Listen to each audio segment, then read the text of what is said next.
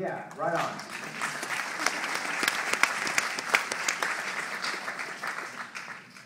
You know, the other question I get, and I'm sure many of you get this as well, why do you do it, right? Oh, thank you, whoever shut that off. Thank you.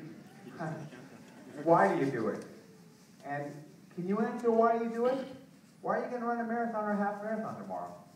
I'm not sure why I do it. I mean, we humans don't always act rationally, do we? We do things like bungee jump. We swim with sharks. We run with bulls. These are not rational acts. I mean, they pretty much violate the principles of self-preservation. But we still do it, right? We're drawn to it. We're enthralled and captivated. It makes us feel alive. And I want to share a story with you about the first guy that ever climbed Mount Everest without the use of supplemental oxygen. His name was Reinhold Messner. And before he did this, nobody thought it'd be possible to scale the world's highest peak without the use of supplemental oxygen, that you'd certainly suffocate before you reached the summit. Well, Reinhold Messner went up there and he did it anyway. And when he came back down, and the reporter interviewed him and said, "Why did you go up there to die?" And he said, "I didn't go up there to die. I went up there to live." Yeah, so we humans don't always act rationally, do we? I mean, look no further than some of the things we do when we fall in love. Does it make a lick of sense that I spend half my life's earnings on this small cylindrical object my wife places on one finger? Is that rational behavior? All the women in here are like, yeah, it's totally rational behavior. Yeah, what are you talking about?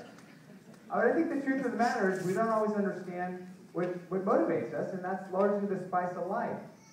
Now, other people have said to me, you know, Dean, it's this fear factor, it's the danger thing that you really live for. You're drawn to that. And I can't deny, I mean, there's a certain element of danger in doing what I do. I mean, when you run for hundreds of miles through the wilderness on your own, you're bound to have encounters. I've nearly stepped on dozens of rattlesnakes. A couple years ago at this race called the Western States 100-mile endurance run, I came around a corner in the trail at mile 75, and I saw this dust cloud and this flash of brown. And I thought, oh my gosh, a horse has gone lame in the trail right there in front of me. So I approached this dust cloud, and out from the cloud, a huge brown bear stuck its face. And I mean, that was that close to a brown bear. But thankfully, I scared it worse than it scared me, and it went bolting off down the embankment. I think I just smelled so bad after 75 miles, I scared the guy off. Oh, and the other thing, the hallucinations. Those are good. Yeah. On that run across Death Valley, it's called the Badwater Ultramarathon. It's a 135-mile race across Death Valley to Mount Whitney. And one year I did it, the temperatures got up to about 127 degrees during the middle of the day. And I just threw my electrolytes completely out of whack. I became severely dehydrated. And I'll never forget the low temperature that night at 2 a.m. was 114. That was the low. It's a dry heat though. Yeah. But it's about 3 in the morning and I am just out of it. I haven't seen my crew. I haven't seen another human being in a couple hours.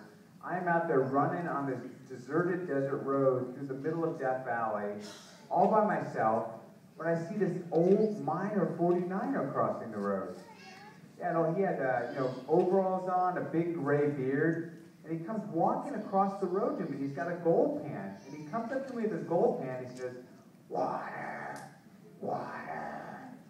And I was carrying a handheld water bottle, so I went to aspirate my water bottle in his gold pan, and I heard the water sizzling on the ground. And I realized, that is a hallucination. Yeah, and it just got better and better. I saw these dinosaurs then running across the desert. It was wonderful. And the next thing I knew, I woke up in a hotel room, in a bed, in an air-conditioned hotel room. And I thought, that's bizarre. Am I hallucinating this? And my crew said, no, you're here.